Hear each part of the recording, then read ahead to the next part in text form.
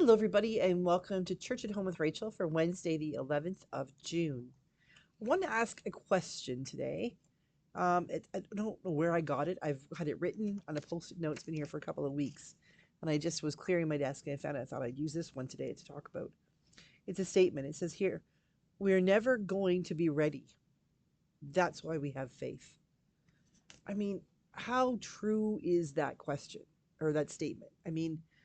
I how many times in my life, how many times in the couple of years I've been doing this video, have I talked about the fact that I'm not ready for something? And yet, when the time comes, I step out and I try, and lo and behold, I don't die. I'm not going to say I'm successful. I'm not going to say it works for every time, but I haven't, nothing, nothing horrible has happened. Otherwise, I wouldn't be here to do this. But it seems to me that sometimes we allow ourselves to get so worked up about things, about the fact that we're not ready, that we really don't allow ourselves to participate in life. And that is what we're called to do. Whether we are Christian, when we think about what is the meaning of life, we don't have to be faithful people. We have to recognize, though, that there's got to be some point that we get up in the morning and then we do something. So, whatever it is we're doing, how do we do that if we're not ready? And how do we get ready if we're not? I think there's probably a few things we can do to get ready for life. Um, Reading, learning, listening, taking courses.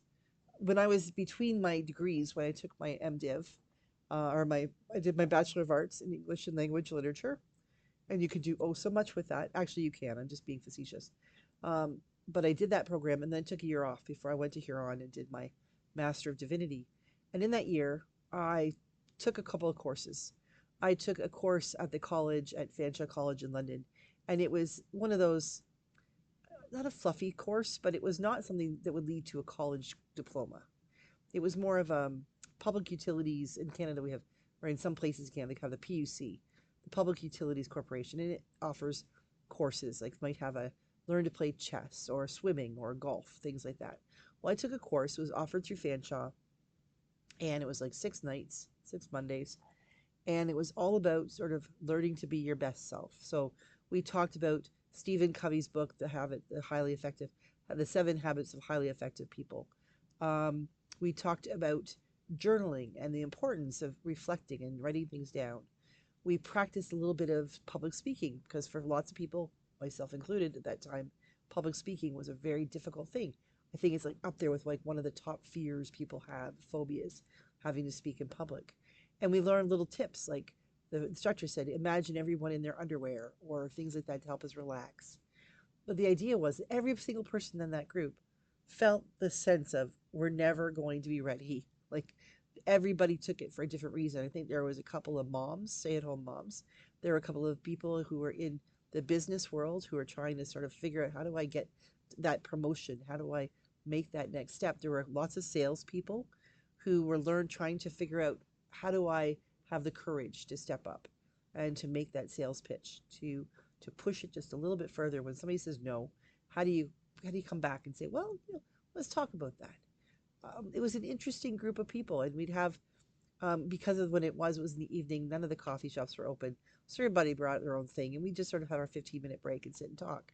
And I think I learned as much from the break time and learning from everybody else as I did from the class. The teacher was fantastic. She was very shy, and she admitted that she was doing the class, teaching the class, because she had needed the class, that she was one of the people who felt that she was never ready. And the biggest challenge she could put herself through was to teach people some of the things she had been learning herself in being effective at life. And so that course was really quite good in a kind of hokey kind of way. I would recommend it for people. I don't know if they offer them anymore, but I would recommend them. I also took a palliative care course with my mom. My mom was a nurse and she was dealing with elderly people. She worked at a nursing home, a retirement home, and she was dealing with them all the time. And I was thinking about going into ministry or chaplaincy or something, didn't want to be ordained, but thought, well, this would be cool. So we took a palliative care course and it was fantastic. It was a little bit hard. There were lots of concepts to think about that weren't difficult for me to process, but were, you had to wrestle with them. You had to really think. And that was a good thing. But that year, I also took another course. I went exactly once and could not get my money back. I didn't try that hard. I was very embarrassed. You see, I went to a public speaking course. The way it was worded, advertised, was that this is for people who are learning how to speak in public, people who might have to speak for church or for work, people who wanted to be leaders in the community, people who didn't necessarily have the avenue or the opportunity to practice to hone their public speaking skills. So I went, and on the very first night, the guy stood up and he went on and on about how you're going to do this and this, and you're going to do build this and this when this class is over, and we're going to start tonight. Everybody take a piece of paper. So we all took a piece of paper, we flipped it over, and on it was one word. And we were told, well, the thing is, we didn't all pick them up at once. We picked them up on our way to the stage, like to the front of the classroom, and we had 30 seconds to look at that word and then talk for a whole minute about that word. We had to talk for a whole minute. And I'm a rules follower. So the instruction was pick up the piece of paper. You have 30 seconds to think about what word you see.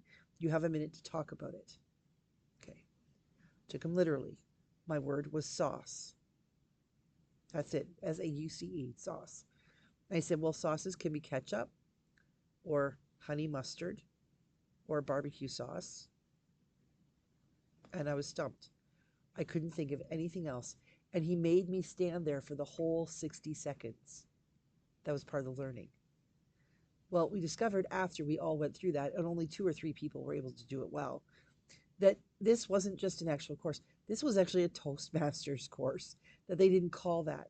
That the idea was that all of the people gathered were going to go on to Toastmasters, which is a whole different group.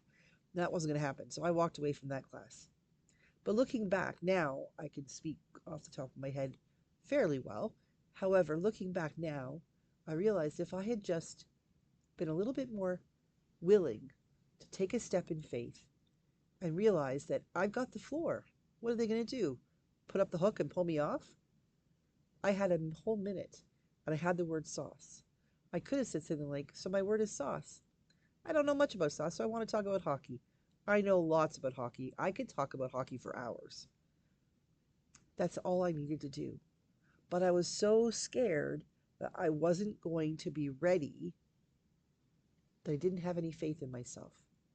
The truth is, we are never going to be ready for everything that comes at us. We'll be ready to buy the groceries. We might be ready to drive the car. We might be ready to face a thunderstorm if we've got our umbrella. But there are lots of things, probably every day there are things that if we allow ourselves to think about it, we're just not ready to face. But that's what faith is all about. Faith in ourselves, that we do indeed have the ability, the capacity to figure this out, to think about how am I going to handle this problem. We have enough faith to do this. And then lo and behold, we start and we discover either we fall flat in our faces, which is not a bad thing, or we do know how to do this, or we find someone or something will help us. The fact that you are watching this video tells me that you never died because you tried something and failed. And I'm here to tell you, I have failed so many times and I have never died. I might have wanted to die, I might have been embarrassed, but I never died. And every time I tried something, every time I got up there and said, I am never going to be ready for this. And something, I think usually God prodded me on to say, just take a step. And in that step, that was where my faith kicked in and I was able to continue. My little post-it note here says, we're never going to be ready. That's why we have faith. It's true. It's true. And then we discover that because we've had faith and we've tried, the next time we do that, we will be ready. And every time we do something else, we'll be more ready. We'll be readier. We got this. We can do this. This whole life thing, we got it. Take a chance today. Go out and do something you're not ready to do. And then let me know in the comments what you did and how it went. I'll be praying for you. And you pray for me because I'm certain there'll be 18 things today that I'm not ready for, but I have to do. And I will step out in faith and give it a try. Have a great day. God bless you. Go in faith. See you tomorrow.